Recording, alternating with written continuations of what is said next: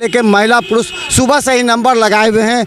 ये स्थिति ये है कि दरभंगा में अफरा तफरी का माहौल हो गया है। हालांकि सरकार और प्रशासन कह रही है कि गैस पूरा है, लेकिन लोग कालाबाजारी ना करें, लोग घर में जमा ना करें।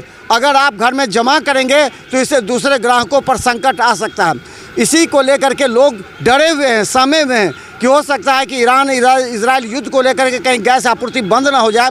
इसे लेकर के अफरा तफरी का माहौल है, लेकिन गैस पर्याप्त है सरकार के पास, जिसे सम्मान करने में लगी हुई है। कई जगह केवाईसी को लेकर के भीड़ है, तो कई जगह गैस कम पहुंचा है, इसीलिए लोगों की भीड़ है। लेकिन समझने की ज़रूरत है, अफरा तफरी मत मचाएं, गैस पर्याप्त है।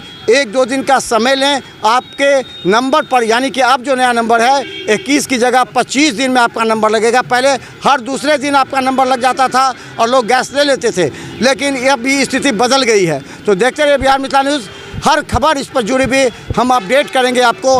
हमारे चैनल पर ज़रूर आप देखें।